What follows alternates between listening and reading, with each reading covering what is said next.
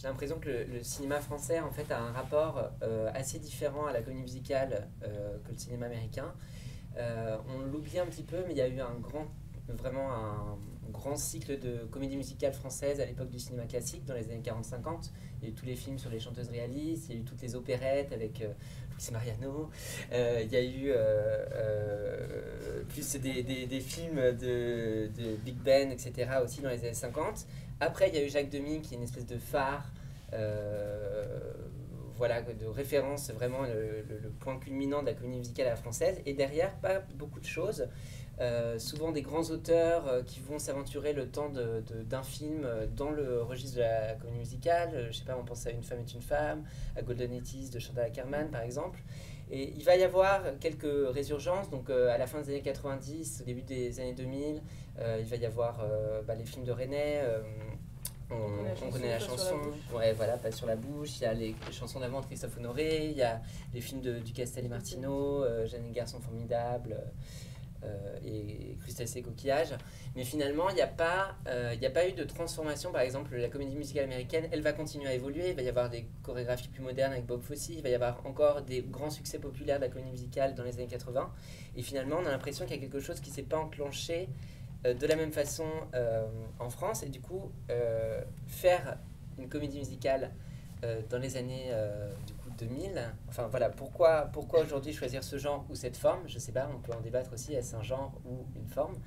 Euh, Est-ce que tes influences sont plutôt dans cette histoire-là, de la comédie musicale à la française, ou pas du tout? Est-ce qu'elles viennent plutôt du cinéma américain ou de la scène?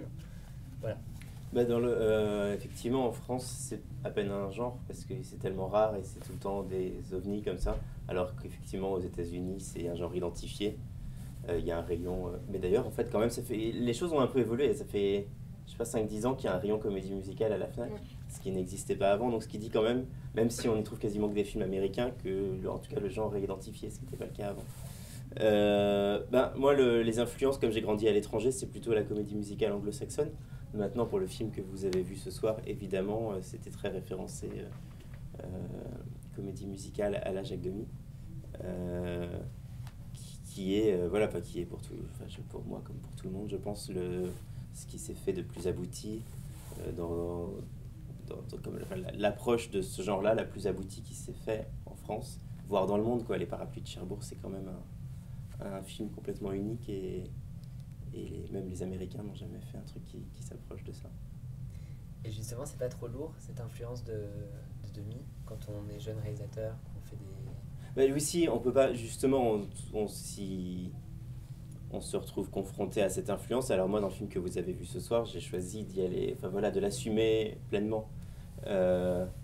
Alors que le film de Diana, me semble-t-il, il fait aussi énormément allusion, mais de façon, déjà, le film se passe ailleurs, donc on est loin, on y fait référence, mais on est très loin et on est ailleurs. Voilà, nous, on a décidé on avait envie de faire un film musical sur ces voiliers au Jardin du Luxembourg, et l'univers de notre film nous faisait tellement penser, finalement, recoupait tellement l'univers de Jacques Demy qu'on a décidé. Plus j'avais ce compositeur qui faisait du jazz, dont la musique aussi renvoyait au cinéma de la nouvelle vague. Du coup, on a décidé d'y aller à fond dans cette direction, de faire un film, presque un film hommage.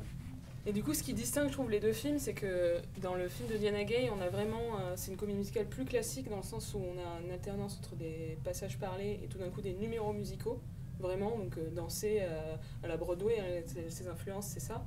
Et la comédie musicale hollywoodienne classique, Fred Astaire, etc. Alors que dans ton film, on est beaucoup plus sur filer la musique tout au long, faire un film entièrement chanté comme l'étaient les Parapluies de Cherbourg ou Une chambre en ville. Donc, Oui, et ça, je crois que ça vient de mes goûts. Ce que j'aime dans la fiction chantée, c'est la façon dont on va raconter une histoire en musique, la façon dont quelques thèmes musicaux vont se croiser pour construire une narration. Et c'est ça que j'avais envie de travailler quand j'avais envie d'approcher la comédie musicale, et c'est pas l'idée de faire des numéros. Et d'ailleurs, je suis beaucoup moins sensible à tout ce qui est film Fred Astaire, Gene Kelly, où il y a comme ça vraiment des numéros.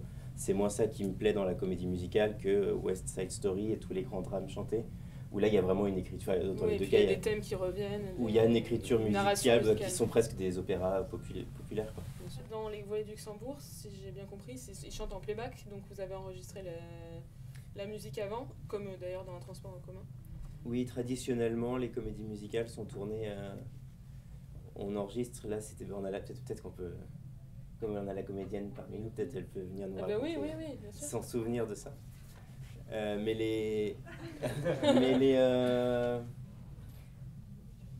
les chansons sont enregistrées avant le tournage, et en l'occurrence, je crois que c'était 3 semaines avant le tournage, on avait enregistré toutes les chansons en studio d'enregistrement. Mais surtout, on avait fait un truc qui était très très peu souple. À savoir qu'on avait aussi enregistré toute la musique et qu'ensuite on devait monter les images sur une musique qu'on ne pourrait plus retoucher parce qu'on n'avait pas de sous pour retourner en studio d'enregistrement. Ce qui est hyper contraignant parce que la durée de la musique imposait la durée du montage et on pouvait même pas choisir, enfin c'est compliqué, je sais pas comment expliquer, on pouvait même pas choisir les points de montage. Comme tout se posait sur une musique préexistante, il fallait trouver des points de montage où la comédienne justement faisait exactement le même mouvement au même moment, ce qu'elle faisait généralement, mais on n'avait pas du tout le choix sur le, on pouvait pas, bref. Voilà, et du coup c'était, je vais laisser Juliette raconter, mais c'était très contraignant, et dans les films qu'on suivit, on a travaillé en son direct. Les comédiens avaient la musique en oreillette et chantaient en direct sur le plateau. T'as déjà bien tout dit. Non mais comment c'était effectivement, bonjour. Effectivement, c'est un exercice très différent de n'importe quel autre exercice du film qui se rapproche vachement plus du théâtre du coup, parce que comme on a dû avoir cette bande son déjà établie avant, on a répété beaucoup, ce qui n'arrive pas toujours sur un film, pour être sûr que ce qu'on aurait enregistré soit exactement ce qu'on veut à l'image. Parce que si par exemple on fait une proposition qui est super à la voix, mais que tout d'un coup on se rend compte en jeu que non, on voulait à ce moment-là faire un petit sourire, mais que dans le son on a quelque chose de très dur. C'était très... Et en même temps, ça allait très bien avec ce film de Nicolas qui, en étant un hommage à Demy et en ayant une écriture... de toute manière, Nicolas, il sait exactement ce qu'il veut tout le temps. Mais en plus, tourner sur un film en pellicule, avec autant de parcours bien définis, par exemple, quand il y a la deuxième scène dans le Luxembourg où on se parle, on voit à un moment le personnage féminin, après le féminin. Donc là, il faut savoir qu'il y a un travelling et qu'on doit courir à toute vitesse parce que, pour se retrouver juste en train de... Et donc c'est ultra timé. Ça en plus du son, donc du coup ça fait qu'effectivement on a vraiment dû travailler en amont avec Nicolas pour être sûr d'avoir exactement ce qu'il voulait et ce qu'on allait ressentir aussi, parce qu'on avait notre part de sensibilité artistique là-dedans, mais pour être sûr qu'au moment où on serait avec notre corps, notre voix et nos mouvements, à notre voix, puisqu'on chantait réellement, pour que le playback fonctionne, il faut chanter pour de vrai. Et du coup, c'était un exercice très différent de celui des autres films, où c'était ultra agréable, du coup, d'avoir en oreillette la musique sur laquelle on pouvait se permettre plus de liberté, tout en restant quand même dans la rythmique de la musique. Voilà, si j'ai pu un peu éclaircir. Et sinon, j'ai pensé, sur les thématiques, je pense qu'il y a pas mal d'allers-retours qui se font pour bien connaître Nicolas, comme tu l'as dit, parce qu'on a fait 3 films ensemble, et puis voilà, on se connaît bien. Je me trompe peut-être, hein, mais il y a des thématiques qui lui sont chères, qui vont parfaitement au genre, et ça se nourrit l'un et l'autre. C'est-à-dire qu'il a peut-être envie de parler de ses histoires d'amour ou de ces choses. En fait, ce que j'ai trouvé très chouette dans le film de Diana, justement la chanson dont tu parlais, on écrit son histoire, il n'y a pas de hasard. Et dans le dernier film de Nicolas, les pseudonymes, à un moment, le personnage dit quelque chose comme « Toon », est-ce que c'est juste une chanson qu'on est tous en train de rechanter ? Cette histoire d'un truc écrit d'avance. Et une chanson, c'est quelque chose d'écrit d'avance qu'on va se mettre à chanter, à vivre. Et c'est ce qui s'est passé pour moi, d'ailleurs, dans Les Voyelles du Luxembourg. Comment revivre de manière spontanée quelque chose qu'on a déjà écrit ou chanté. Et il y a ce thème de la fatalité de l'écriture.